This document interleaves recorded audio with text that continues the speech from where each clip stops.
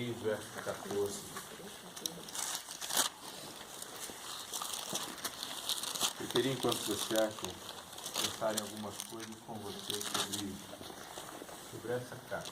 A carta à igreja de Laodiceia. Alguém que sabe o que significa a palavra Laodiceia?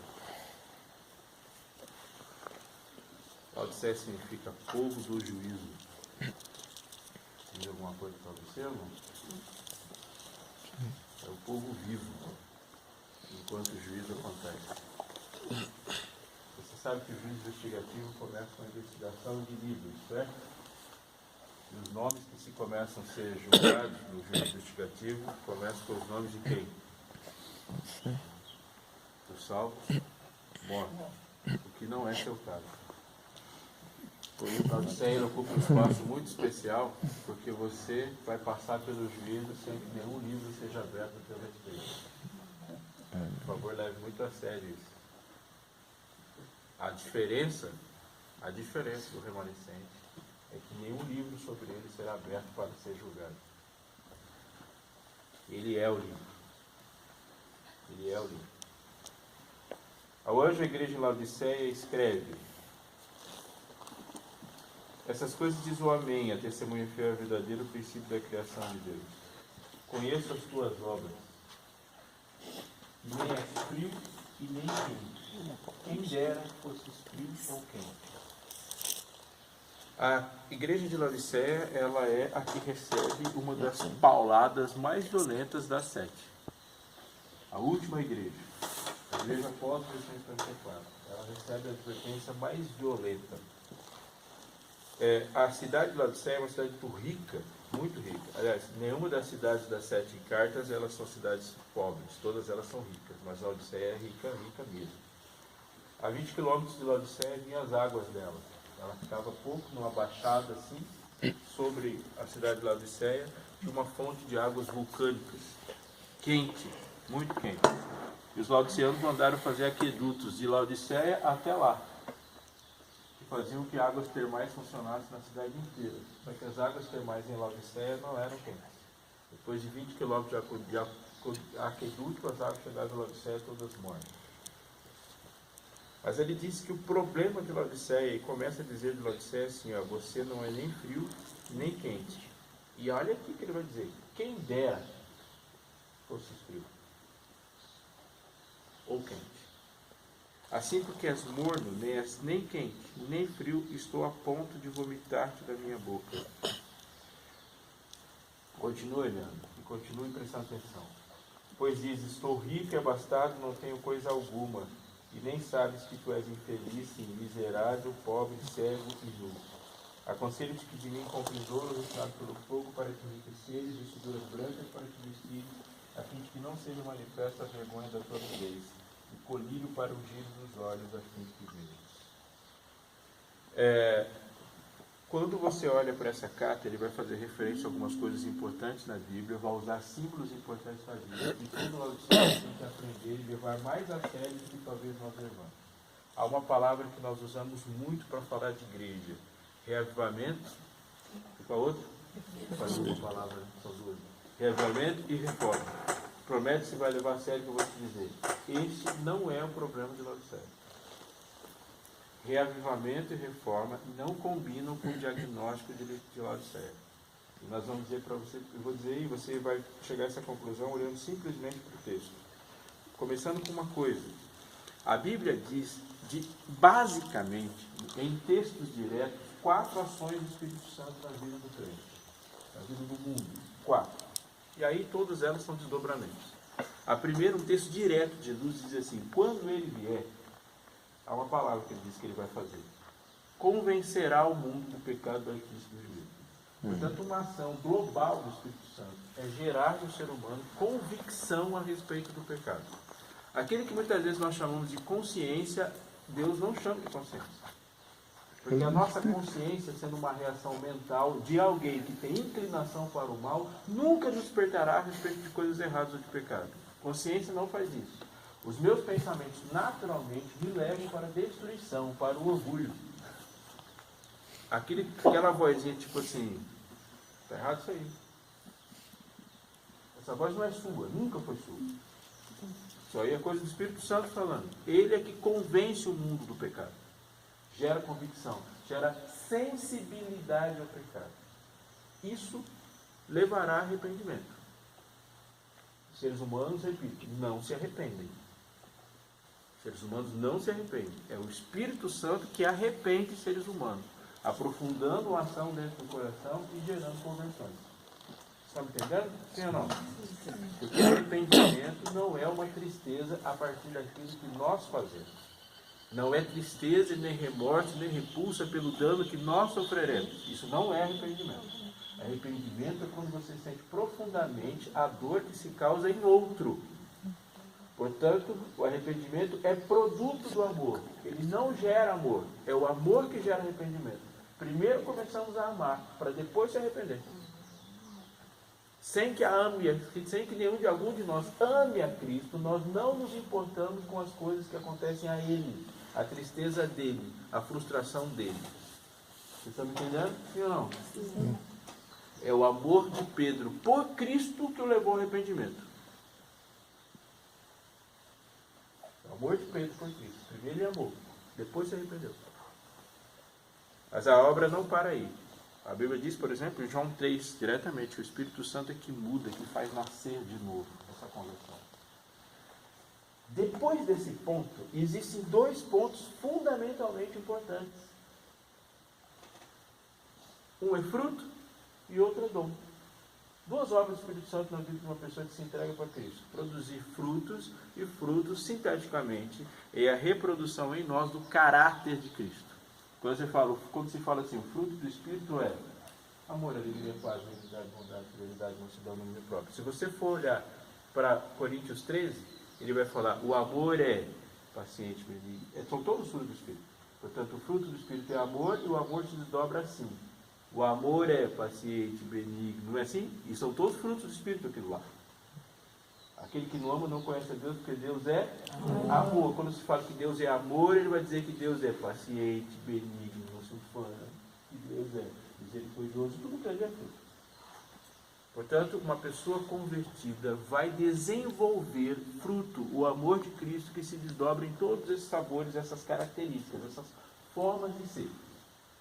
Mas não é só isso, porque a Bíblia fala que o Espírito Santo traz em nós dons.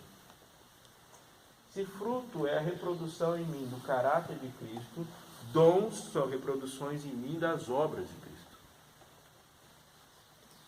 Fruto é para ser parecido com Cristo. Dom é para fazer o que Cristo fazia. Qual é o problema do Laodiceia? Ela se convenceu do pecado. Ficou plenamente convencida que ela precisava de um Salvador. Então ela encontra um Salvador. Ela permite que o Salvador a salve. E ela agora tem convicção de que ela foi salva por Cristo Jesus. Aí Jesus falou, agora vamos caminhar, tá bom já. Ela não queria. Porque ela já saiu de lá. E quando chegou no ponto em que o seu céu já estava garantido, ela falou, chega. Não quero mais. E ficou morrendo. Eu consigo sustentar isso com outros textos? Antes disso, uma coisa. Anota aí sobre a vida e a carreira cristã. Na vida cristã, ou você está crescendo, ou você está diminuindo. Nunca estamos estáticos. Nunca. Quando o Espírito Santo leva a gente para um ponto superior, ele está nos salvando do ponto inicial. Porque senão você se torna, no final da história, tudo que você odiava ou meteria no começo. O avanço na vida cristã não é um acessório, é uma necessidade. Necessidade. Ou vamos dar um passo para frente, ou vamos dar um passo para trás. Nunca ficamos no mesmo lugar. Nunca, hipótese alguma. Quando eu rejeito o chamado de Cristo para algo mais elevado, eu estou imediatamente aceitando estar no estágio anterior. É assim para todo mundo. E a gente pode pensar uma porção de histórias bíblicas. Porção de histórias bíblicas. Saul terminou sua história muito pior do que a forma que ele começou.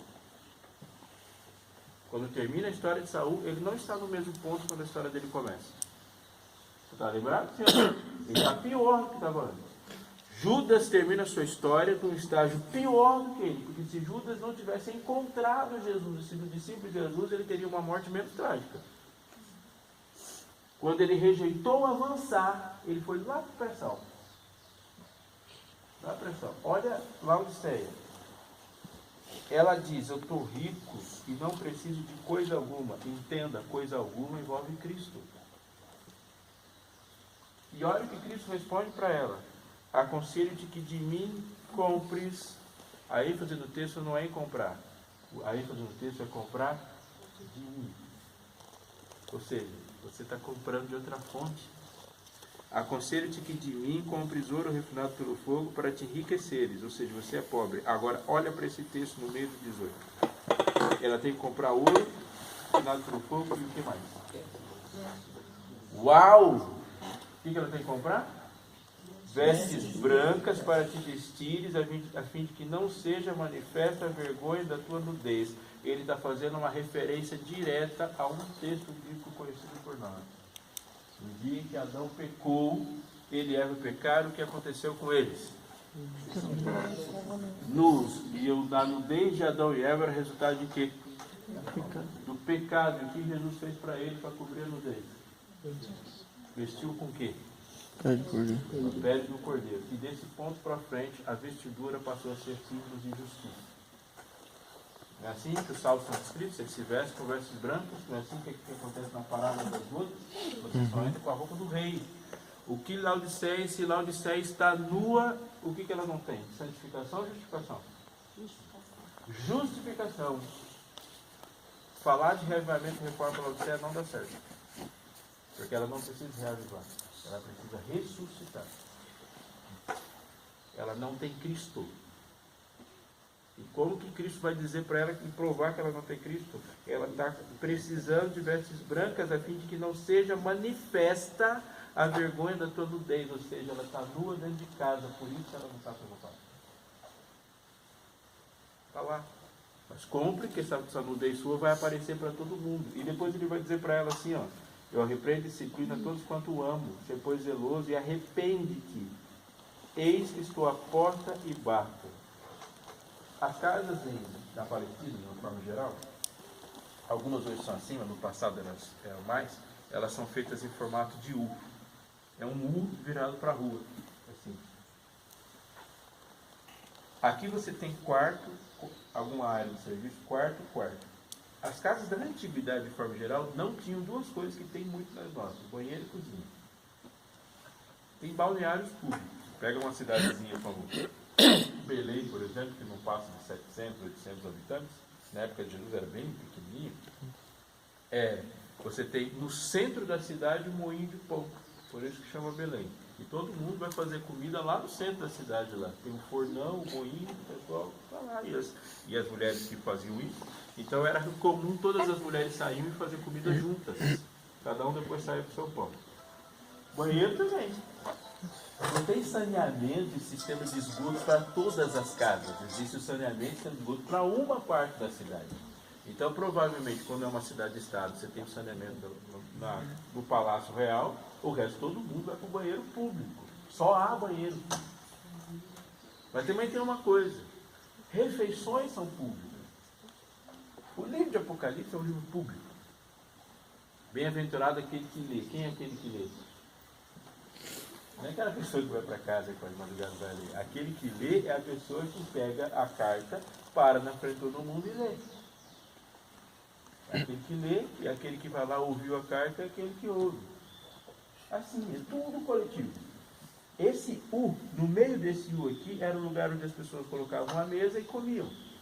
Então, se por exemplo eu estou aqui e recebo uma pessoa ilustre lá na minha casa, eu recebi o Roberto. Você está passando na rua e fala: o Roberto está comendo lá. O que vai fazer? Vai chegar lá e vai participar da conversa. As pessoas ficam sentadas ao redor da mesa, provavelmente no chão. Está lá esticado assim, tipo num divã, o pezão para fora, por isso você tem que lavar os pés com uma ceia, porque o pé fica bem perto da mesa. E as pessoas ficam realmente. E aí as pessoas ficam lá ao redor, lá, comendo com a mão e conversando. E quem está passando na rua se junta e escuta e conversa. É público. Normal, não. Sobrou, um monte de gente come comida. Um episódio que ilustra bem isso foi quando foi um banquete na casa de Simão. O que aquela mulher estava fazendo lá? Foi lá. O que a mulher que Jesus pede Jesus estava fazendo lá no banquete na casa de Simão, se ela foi convidada? É a rua, é virado para a rua. Então ela foi lá e viu o pezão de Jesus para fora da mesa e foi lá e viu o pé de Jesus. E todo mundo está lá. Mas o que isso tem a ver? Isso tem a ver que há um banquete público, coletivo, e se as casas são assim, e o dia a dia das casas é sempre exposto, ninguém bate na porta. Porque sempre quando você passa na frente da casa de alguém, você simplesmente vai chamar, porque as casas são abertas. As pessoas só batem na porta em duas ocasiões. Ou em caso de guerra, ou em caso de morte. Ela vai e bate na porta. Bater na porta é urgência. Porque a notícia é muito urgente. Mas aqui ele fala de uma urgência em outro aspecto. Ele fala, eis que estou à porta e bato. Se alguém ouvir a minha voz e abrir a porta, ele vai fazer o quê?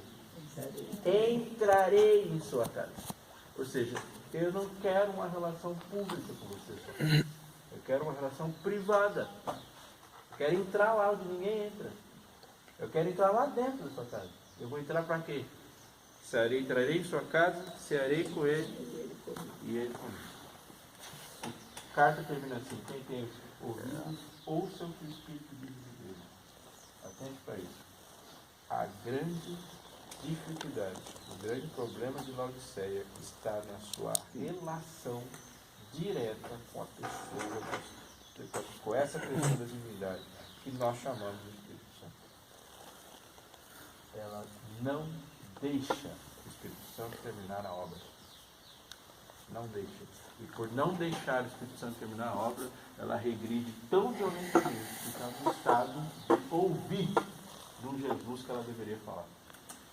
Ouvir do Jesus. Note como esses textos eles são paralelos quando Jesus fala diretamente do tempo do fim. Eu quero exemplificar dois aqui para a gente terminar. Um está em Mateus 24. Mateus 24 começa com os discípulos perguntando para Jesus que sinal haverá da tua vida e da consumação do século. E aí isso vai gerar o discurso de Mateus 24 inteiro e 25 inteiro. Quando os discípulos perguntam para Jesus que sinal haverá da tua vida e da consumação do século, Jesus põe o pé no freio imediatamente, os discípulos quase capotam e falam assim, estão fazendo pergunta errada, e quem faz pergunta errada colhe resposta errada, ou seja, você vai ser enganado, porque vocês estão pensando em catástrofe. Vocês estão pensando em coisas que vão acontecer ao redor do mundo, e se você ficar pensando em catástrofe, qualquer espertinho engana vocês. Como acontece com a igreja a vida inteira. Jesus está votando, aí a gente fica lá olhando se o Trump vai ser eleito ou não vai ser reeleito, se é sinal da voz de Jesus. O Papa fala duas frases, é Jesus que está votando, enquanto a igreja permanece intacta. Jesus falou assim, o sinal da volta de Jesus não é dado por governantes. O sinal da volta de Jesus não é dado por catástrofes naturais. Ele diz que a hora que eu volto sou eu. Portanto, quando eu faço sinais para a minha volta, eu vou fazer em vocês. Não fique olhando Jesus na janela, procurando Jesus na janela, enquanto sua casa pega fogo. Está errado isso? Você está me entendendo? Sim ou não? Sim. Portanto, quando a gente fica desperto olhando, olha as coisas do mundo, o sinal de que Jesus está voltando não se vê no mundo. Se vê na igreja. E há um padrão de Jesus na Bíblia toda. Qual foi o primeiro e principal sinal de que o mundo que viveu antes do dilúvio ia ser destruído? Não foram os animais entrando na arca, foi Noé fazendo a arca. Esse foi o sinal. Antes de Noé começar a fazer a arca, você não pode procurar qualquer sinal ali que não ia acontecer nada. Qual era o sinal principal de que Sodoma estava acabando? Foi Ló indo para lá, foram anjos indo atrás de Ló. Foi Melquisedeque aparecendo lá e fazendo um culto lá em Sodoma. Antes disso, não tem nada disso, é importante. Qual é o sinal de que Jerusalém ia ser destruída? Foi Jerusalém que recebe o Pentecostes. Foram os discípulos que pregaram lá. Toda vez que há uma iminente destruição e final, há uma pregação poderosa. Sempre assim. Isso é o padrão de Deus. Portanto, se essa pregação poderosa não está acontecendo, não procure sinais. E ele fala isso para os discípulos: haverá guerras, e vocês vão ouvir falar de guerras e rumores, mas não é o fim. Isso tudo é princípio, vai ter terremotos, isso não é fim. E esse evangelho do reino será pregado em todo o mundo para testemunhar em todas as nações, e então virá o fim. Portanto, se não há o evangelho do reino sendo pregado poderosamente, não há sinal nenhum. Nada disso é importante. Aí ele chega para eles e fala assim: vou te contar uma coisa sobre o fim. Parábola das 10 virgens, não vou ler todo, você sabe o texto. Uma pergunta. São 10 virgens, portanto, elas são lá divididas em dois grupos que no início da parábola não são distinguíveis. Quantas delas fazem parte da igreja verdadeira? Das 10 virgens? Todas elas. Não são? 10 virgens. Quantos têm lâmpada? 5. 12. Lâmpada significa o quê? Sim. O objeto que produz luz, não é? Sim. Lâmpada para os meus pés é a tua Palavra. Quantas estão aguardando o noivo? Todos. Quantas dormiram? Sim. Todos.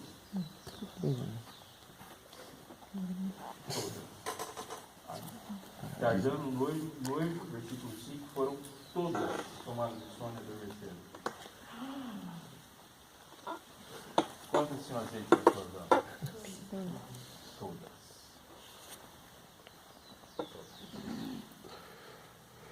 Por que uma entra para ficar fora?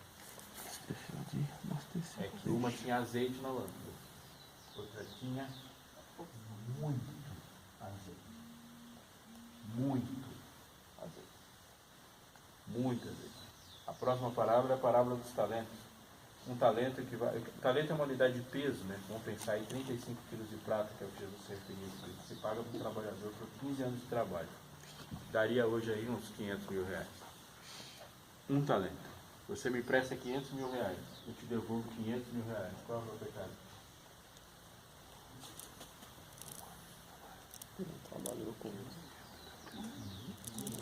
isso. O que aquele cara fez de errado? Nada. Da mesma forma que na parábola das 10 virgens, o que as virgens fazem errado? Quem tardou foi o noivo. Chegou aqui assim na hora certa, não tinha te trato. A pessoa errada da parábola das 10 virgens é o noivo, dessa perspectiva.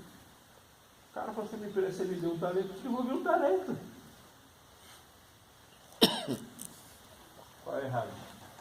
Porque quem recebe um talento não devolve um talento. O que os outros fizeram? Multiplicaram. Essas parábolas são explicadas nesse texto que eu termino de ler com você. João 15. Atente para esse texto aqui que ele explica a Odisseia.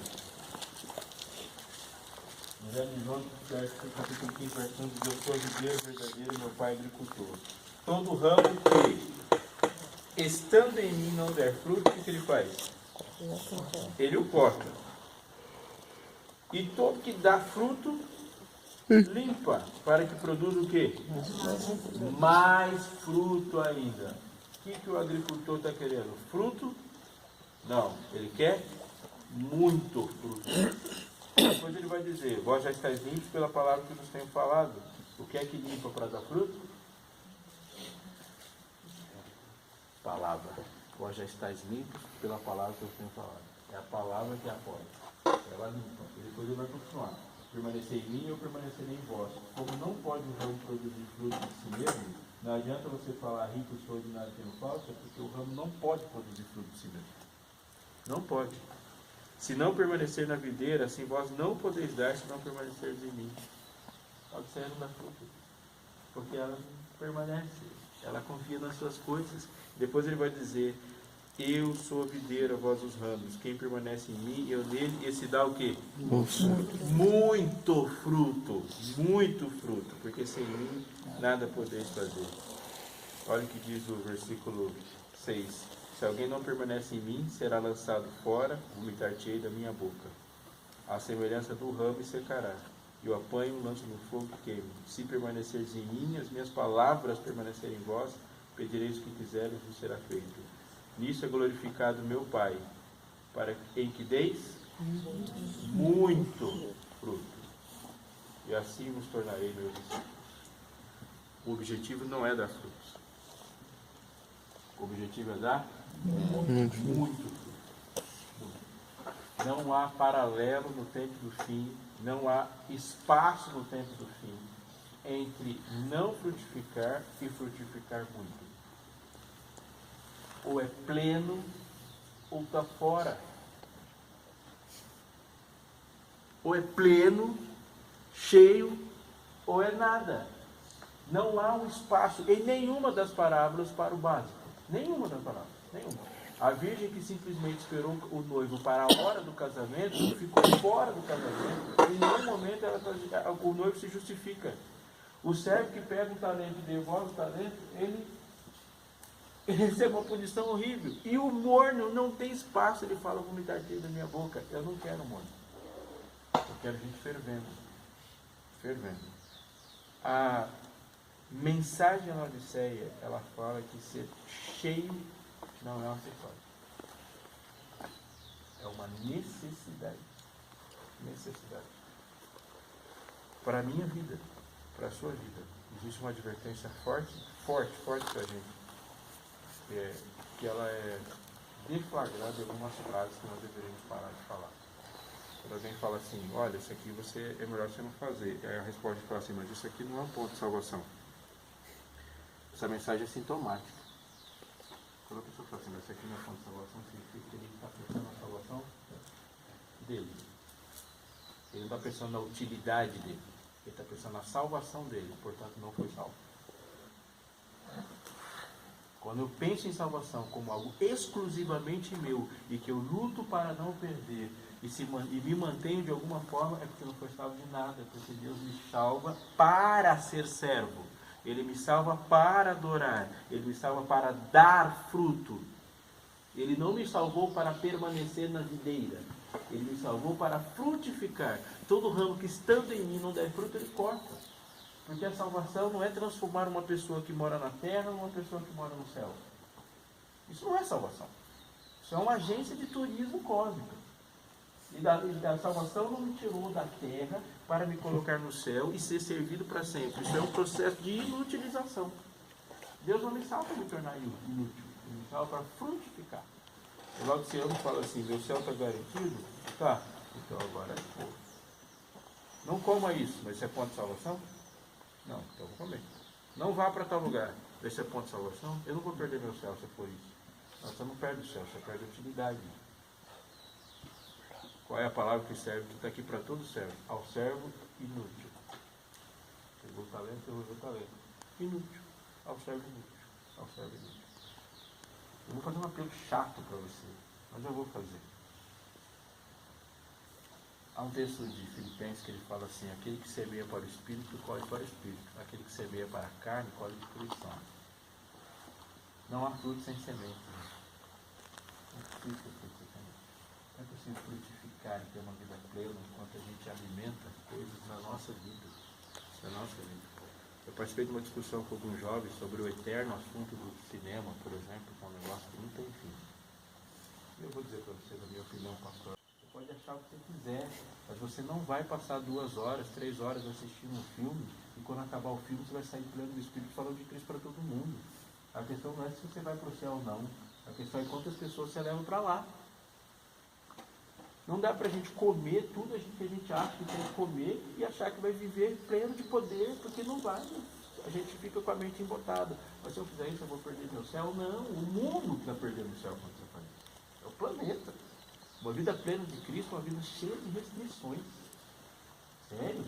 Claro que é. Claro que é. Uma vida cheia de Cristo, uma vida cheia de restrições.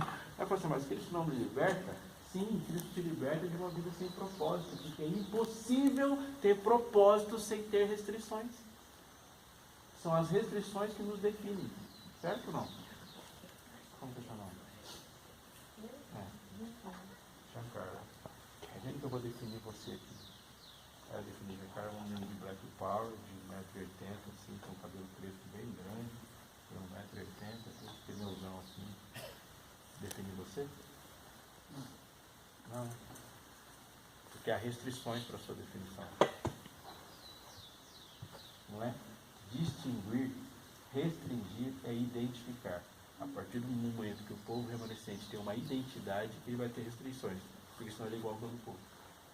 Dizer que vai viver uma vida com Cristo, cheia de Cristo, sem restrições, significa que você não é definido.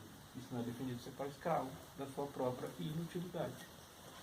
Não definir-se é viver escravo da sua própria irrelevância. Tudo que tem propósito tem definições e restrições. Tudo. Nós temos um propósito elevado e nos libertamos a nos restringir a um propósito. A minha oração nessa manhã para a gente ir para a vida, para esse dia de preparação, é que Deus nos dê paixão por Ele, pelas almas que Ele morreu para salvar, e que a gente viva uma vida, Henrique Warren, mas é isso aí, viva uma vida com propósito. Propósito, essa alegria nisso. Não de dar fruto. Deus não chamou a gente para dar fruto. Deus chamou a gente para dar muito fruto. Muito fruto. Charles Finney, uma pessoa claramente cheia do Espírito, produzia conversões com as pessoas ouvindo a conversa dele no trem. O cara estava no trem conversando com a pessoa do lado, alguém que estava no banco de trás do trem se converteu. Isso é pleno, isso é vida plena. Isso é vida plena. Herman Rando começa as suas conferências com 3.000 pessoas e termina com 20.000 sem usar propaganda. São os 3.000 que vão na primeira noite que trazem os 20.000 da segunda. Ele fazendo doutorado, no doutorado, conduziu 25 campanhas evangelísticas. Isso aí. Isso é pleno, isso é vida plena. Vida plena. Muito fruto.